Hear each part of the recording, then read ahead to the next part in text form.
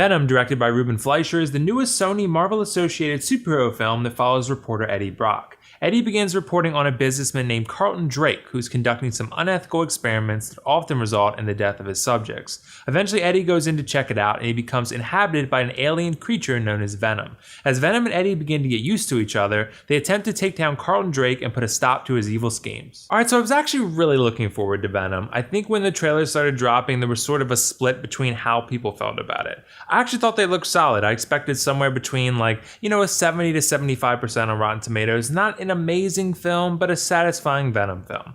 But there were a lot of people out there that felt like Venom looked like a generic superhero action film with not much to add to the genre. I think part of the reason I was actually looking forward to this movie is because I love Venom as a character. He's one of my favorites, and he's always been one of my favorites. And it's super disheartening to see that no film has adapted him well so far. Sadly, there's some things to like about this Venom film, but ultimately, yeah, like you've heard, it's a mess. I mean, let's just start with the foundation. The writing is really just not good at all. There's so much thrown at you and hardly anything sticks. There's a relationship between Eddie and Michelle Williams' character Anne that you'll never feel anything for. Eddie Brock as a character is just incredibly underwhelming and obnoxious even. The conversations between the characters are super stale, and the pacing is just all over the place. There's a lot of problems here that overshadow some truly awesome moments with Venom. And it's sad really, because I definitely feel like there was a good movie in here somewhere. Maybe Sony just got too involved in the creative process, it's hard to say really.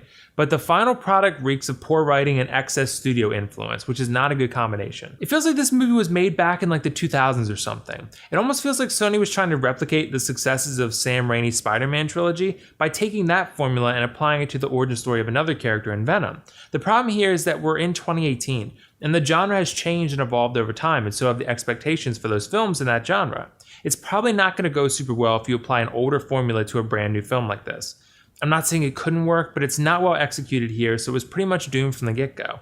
The relationship between Eddie and Anne also just kind of feels like a poor attempt to replicate Peter and Mary Jane. There's a few minor changes thrown in there, but there's not much about this romance that works on screen. And that's mostly because the time they dedicate to progressing it isn't used effectively, and it makes you want to bypass that stuff and just fast forward to the good, fun action. That's part of the problem too. Venom, the character, is freaking awesome, and I really did enjoy whenever he appears on screen. The problem is it takes half the movie for him to even make an appearance. Now I get it's an origin story and they have to establish the main character before they establish the character with superpowers or Venom or whatever else, but the problem here is that Eddie isn't strong enough to stand on his own without Venom. That's really disappointing for me to say because actually I love Tom Hardy, and I think I've mentioned that to you guys before. He's one of my favorite actors, and I loved him in pretty much every movie he's in. I figured he'd be a great fit for this role.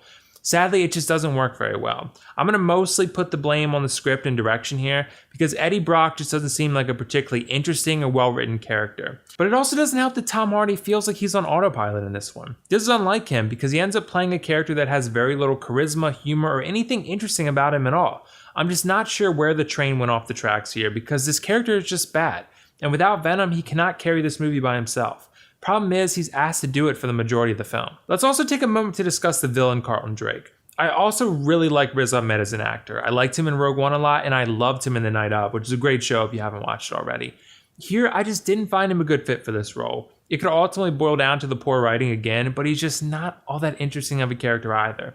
He's a bland, cliche villain with nothing that makes you care about what he's doing. He's not even particularly menacing either, so it's just kind of a fail all around. His performance was fine, I'd say overall, but it ultimately doesn't matter much when the character just sucks. Let's also talk about the pacing. Well, it's not good. The film really draws out the entrance of Venom. Like I mentioned, you're looking at spending roughly the first half of this movie with just Eddie Brock, and that's not much fun. There's also very little satisfying action either during that time, and it'll just have you scratching your head wondering why the filmmakers elected to go this route. The film sits just under 2 hours long, and the climax is 100% rushed also. Things are kind of just moving along, and then bam, the final fight just appears out of nowhere, and then the movie ends minutes later. I mean, there's just no sense of building anticipation. There's not an effective pace that builds to a satisfying conclusion. It's just not there. I think Venom definitely could have benefited from going all the way and going with an R rating. I think in order to do Venom justice as a character, it would have helped to play to his strengths as an anti-hero. In this film, he's kind of just a hero. He doesn't do anything overly bad besides killing a few bad guys. But I don't think most audience members are going to get the idea that Venom is a complex character, because that's not how he's portrayed here. However, I will say that Venom has some awesome moments in this film, and generally I was mildly satisfied with his portrayal. Some of the fight scenes are actually really well done, and I actually got chills when Venom first appeared on screen. In terms of the action though, I'd say that Venom mostly delivers on that front, with a little bit of room for improvement. So if you're mostly concerned about the action and you don't care about the rest of it, then maybe you'll walk out of the theater satisfied. This Venom is definitely goofier than you'd expect though. He cracks jokes, he does some humorous things, and ultimately his presence does inject a lot of energy into this film, which is a good thing. I would honestly have liked to see them add a little bit more complexity to his character though. A little bit darker, a little bit more of an anti-hero feel, but I do think the comedy does help balance things out a bit. Venom, while not perfect, is absolutely the highlight of this film. I think most won't be blown away by what he has to offer, but I think they'll be satisfied with his portrayal overall. It really is disappointing though, because like I said, I do feel like there was a pretty good movie in here somewhere. It just feels like there were too many cooks in the kitchen. It feels like a product that's trying to do too much at once instead of focusing on the strengths of the character and what makes him as interesting as he is. An R rating would have helped for sure. They show you some stuff that's fairly violent, I'd say, but I do think more personality would have shined through had they elected to take things a step further and go with the R rating. But I think you lose out on that family aspect, so that's probably why they didn't go with an R rating. So it was probably mostly box office wise, and maybe if they want to bring Spider-Man into this universe at some time. But honestly, it's a tough call. It's really difficult to say. Honestly, I'm just hoping at this point that Sony will be desperate enough to work out a deal with Marvel for Venom. I think he'd be a great fit in the MCU with a little better direction, and of course, Spider-Man to battle with. Either way, let's take a look at the pros-cons list. For the pros, I thought Venom the character was satisfying overall, the action was pretty solid for the most part, and there's some nice humor mixed in.